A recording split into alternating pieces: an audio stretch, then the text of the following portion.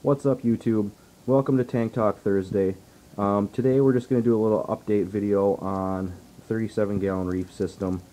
I'll show you close-ups of all the corals, get as close to some of the fish as I can, and some of the inverts, and talk a little bit about my lighting, filtration, and flow.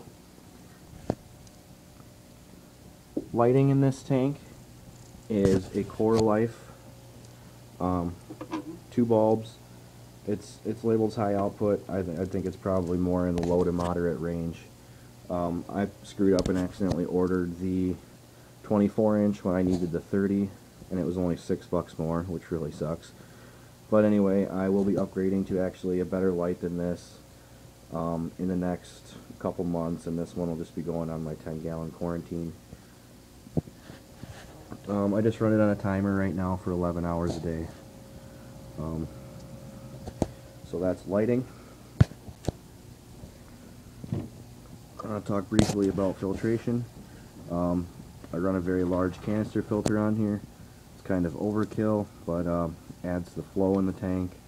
Does a great job keeping all the crap out of my water. Keeps my tank crystal clear.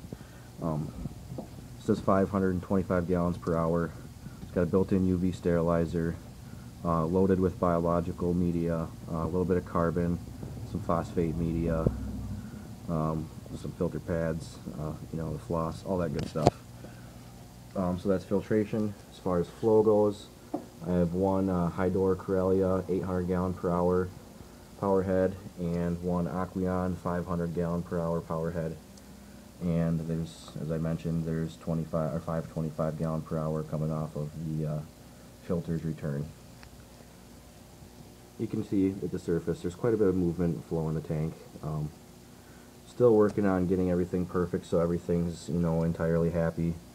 My mushrooms do get lifted up over here in the corner a tiny bit from the flow when my Aqueon kicks on over here. So I might have to move a couple things around or move the direction just slightly, but all my corals have been pretty happy now for the last couple weeks, so I feel pretty happy about that. And my power heads are ran by this Hydor Corellia wave maker, or smart wave. I like this device. Alternates from anywhere. You can do it from side to side, or you can have both pumps run simultaneously and then turn off for whatever period of time, ranging from 5 seconds to 6 hours. So there's a lot of different options. I've added lots of corals and fish in the last couple weeks. I've done one video, I believe, on this tank so far. Just when I got started, I had a little problem with nitrites. I got that under control. Just was a minor problem with oxygen. Just added an air stone into a little hang-on back filter so I don't have to see the bubbles so much, and nitrites dropped 0 overnight. So I cycled this tank with the live rock, 45 pounds of Fiji live rock, 40 pounds live sand. Several different corals I've added recently. I got a huge colony of zoas here. They're reddish in color. They said that they were the orange-green zoas. I don't believe they are. As I have some orange-green ones right there that I know are authentic. So I really don't know what these are. They have a reddish color to me, and I just like the appearance of them, so I went with the red zoas there. Dragon's eye zoas down at the bottom. Green tip torch coral I just added recently. There was 2 heads on there, but one of them died. I was only supposed to get one anyway. So I'm happy that that one's doing well. Nice colony of green star polyp there. Behind it I have pulsating xenia polyps. Several different mushrooms. You get a nice view of one of my gobies there. Yellow prawn goby. Really cool fish. There's several different mushrooms. There's a green Recordia. I'm not sure what the name of that mushroom is that the goby's sitting on top of, but I got a pack of like 7 mushrooms for $60 from Live Aquaria, and I don't know what names most of them are. So there's that one that he's on, the nice green one behind it. Behind that there's a purple one, small whitish almost clear one, and just added this one yesterday, a huge rock with orange recordia, and getting blown around a little bit by the current right now. It just happens to be blowing in that direction at this moment. So they're kind of lifted up on the edges a bit, but they settle down. So that's basically all the corals that I've added. Very obvious that I've added the green chromius. There's a school of 6 of those. Beautiful coral beauty. Scooter blenny. There's also a 6-line wrasse somewhere amongst the rockwork. Kind of always comes in and out. Doesn't really ever just stay out and about. There's also some kind of fairy wrasse in there too. Believe that's all my fish. I have a bunch of other inverts. Crabs. There's one right there. There's crab down there. There's snails all over in here. A couple sea stars. Oh, I did forget to mention the neon pineapple tree coral up there. Yeah, so lots of other inverts. There's a couple peppermint shrimp, banded coral shrimp. I'm not going to be adding a whole lot more fish. Probably 1 pair of clowns and maybe a firefish, and I think that's about it. The rest of this will just be additions of corals. Lots and lots of coral coming.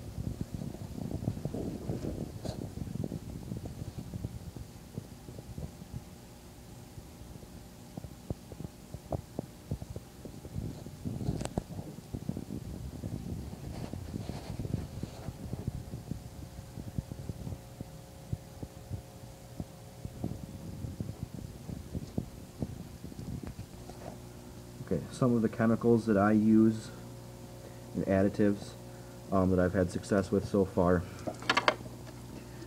I use the Cordon Nova Plus water conditioner, even though I use RO water for my water. I use Kent Marine Nano Reef 2-part supplement for, you know, calcium, strontium, iodide, all that good stuff, trace elements, pH buffer in there as well. This isn't usually the brand I chose, but I just happened to be in a store that didn't carry the brand I was looking for, so I ended up with this. It's just a biological bacteria I use with water changes or with startup. I'm not really going to touch much on the Riddick because I'm not using that at the moment. Then I have all kinds of different carbon. There's Marine Land, premium activated carbon, and some premium carbon ammonia blend. I run that in my filter as well. I got my test kits. I test everything weekly and try to keep my salinity around 1.025, 1.026. Everything I have has been very happy in that range. Okay, then I just want to talk briefly about some of the foods that I feed. Ocean Nutrition Primary Flakes, Seaweed Extreme, both those two being for the fish and inverts. I have some other kinds on the way that I'll be feeding soon. Phytoplex for the corals. I also have some other coral foods in an order that's coming shortly. And as a remedy for ick, I have been using a little bit of ground ginger with my feedings. I'll be posting a video in a few weeks here with an update on how that went, because I'm treating this in the tank. But yeah, again, more information on that in the video about ick treatment with ginger. So that's all the foods and stuff that I feed. And one last thing I want to talk about here quickly before we're done for the day is a reef dip. And if you're getting corals from a local fish store and you're not using a reef dip, you're doing something wrong, because there is a lot of bacteria and fungus and protozoans and you know, all kinds of hitchhikers that you really don't want in your tank that can easily be brought in on corals, live rock, etc., etc. So anyway, anytime I get a coral, I mix up a solution. This stuff was like, I think, $10 or so for the bottle, but it lasts forever. You only need a cap full mixed with a gallon of water, and you do 5 to 10 minute dip, depending on the severity of the problem you have, or if it's just a precautionary dip, just do a quick 5-10 minute dip. If you have severe lacerations on a coral or something, you can paint this stuff directly on the laceration, and it'll severely speed up the healing process for them, and helps get rid of any bacteria or fungus that they might be bringing into your tank. So that concludes my episode of Tank Talk Thursday. I'll be back next week with an update on how the treatment went with ginger for ick. It's just my Coral Beauty and my 6-line wrasse that seem to have been battling the ick. Everything else has been spot free ever since I started. And they came in a new order with some ick recently.